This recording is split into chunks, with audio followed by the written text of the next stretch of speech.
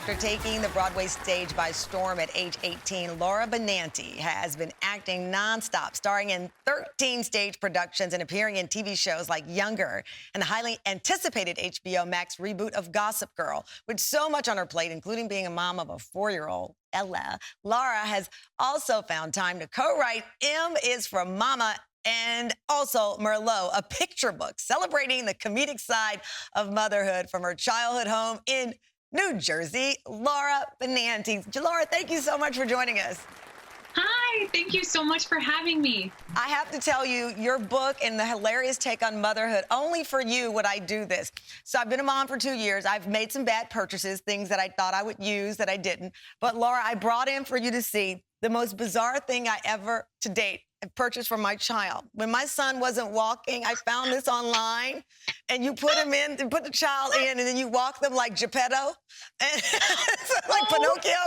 And my son, he still looks at me like with rage, but I actually Googled this and bought the child puppet walker. What was I thinking? Out of extreme, I so relate to this. Out of extreme desperation, when my daughter was 3 months old, she was so colicky, and some random woman in the park came up to me because I was like, shh, shh, shh, shh, trying to get her to be quiet. And this woman was like, I have this amazing neck flotation device, and I put it around my daughter's neck, and I put her in the bathtub, and she loves it. So I went home and I immediately bought it, and I put it around my daughter's neck, and she was looking at me like, ma'am, what are you doing? I put her in the tub, and my husband and I watched her, and I have never seen a human look more furious than in that moment. No, you haven't seen my son in the puppet outfit. No, I would challenge. There's some mean-looking looks that we got there. But, you know, we do talk about the sacrifices that moms make, of course, and the tough work. But the joys and the laughter of what you capture in this book, I love it. You know, take me back to when you and your co-writer, your friend, decided we're going to do a hilarious look at this. So my dear friend Kate Mangiamelli, she's a beautiful soprano at the Metropolitan Opera, and she and I met at a coffee shop in our old neighborhood where we lived when we both had little colicky babies strapped to our chests, and we were just like looking haggard and bloodshot, and we immediately connected and became really close friends, and still are, and our daughters are still really close friends.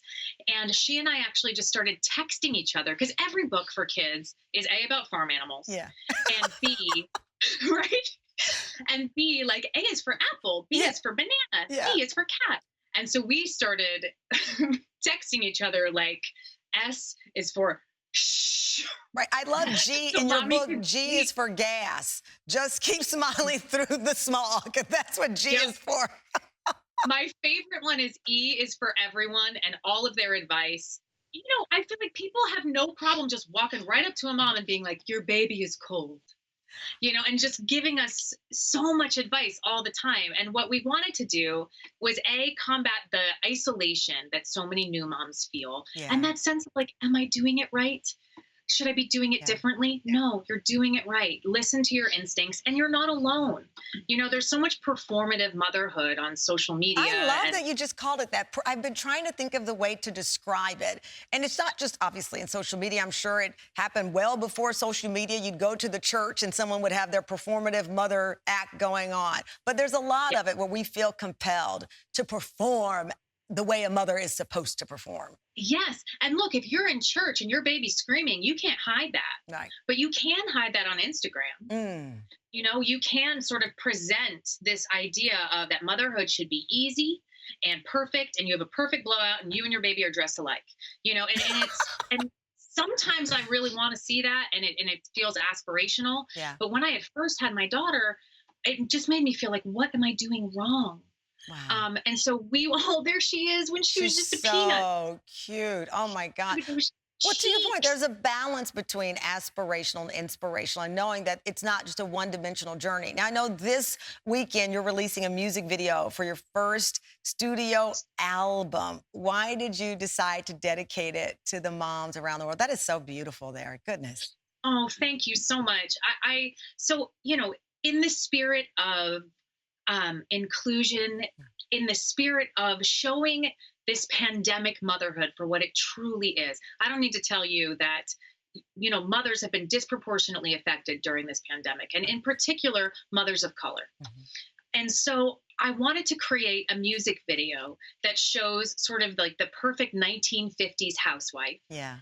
And then we also have videos that I collected from social media from real moms, Wow. showing what their house really looks like. I love that. Well, I want you to stay right there, because coming up, Laura followed in her mother's footsteps on Broadway, how her mom's sacrifices allowed Laura to follow her own dreams. I love this. We'll be right back.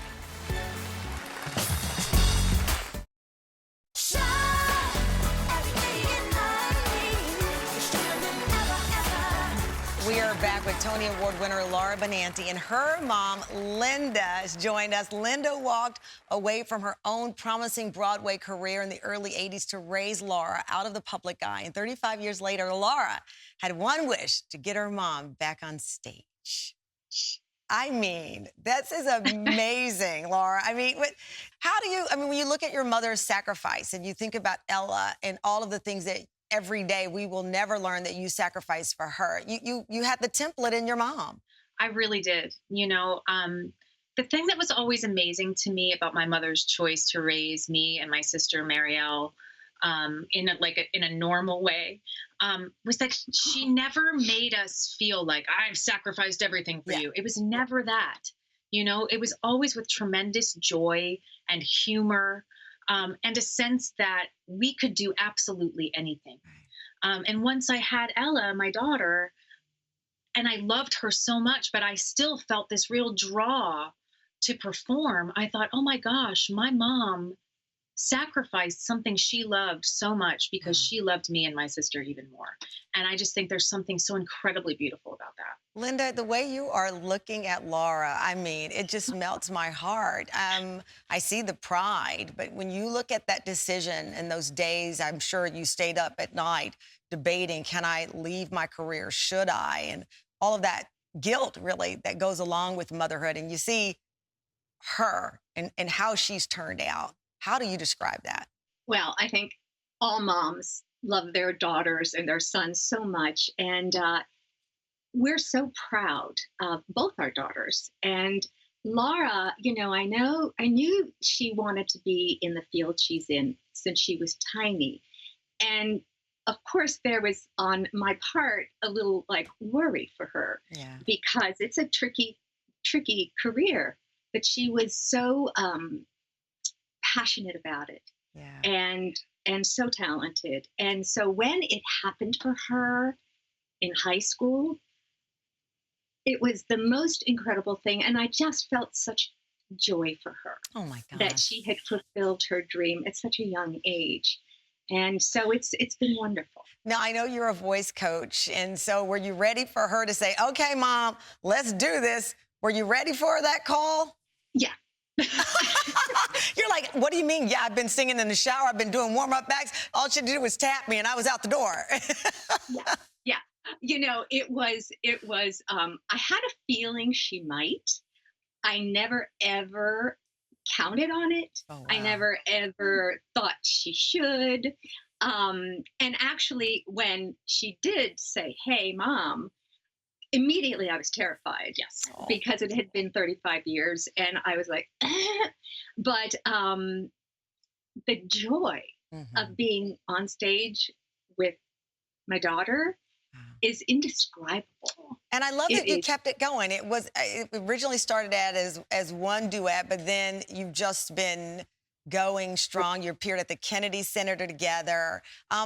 What's next? I mean, is there a sitcom here? What are we talking about? Well, we did live together for 7 months during this pandemic with my daughter and husband. But we actually are performing this Sunday, May 16th at 3 o'clock and 8 o'clock. You can get the tickets at thesethconcertseries.com, and it's going to be a virtual performance, the first one we've done since the pandemic. So if people want to check that out, you can. You made us proud and gave us something to do. Look at that. I'm talking like I'm your mom. You made us proud, Laura, and you gave us something to do virtually. Well, thank you, Linda. Happy Mother's Day. Laura, happy Mother's Day as well. Thank you so much for joining us. Happy Mother's Day to you. Happy Mother's Day. Thank you. And by the way, Laura's book is M is for Mama, and also Merlot is available now.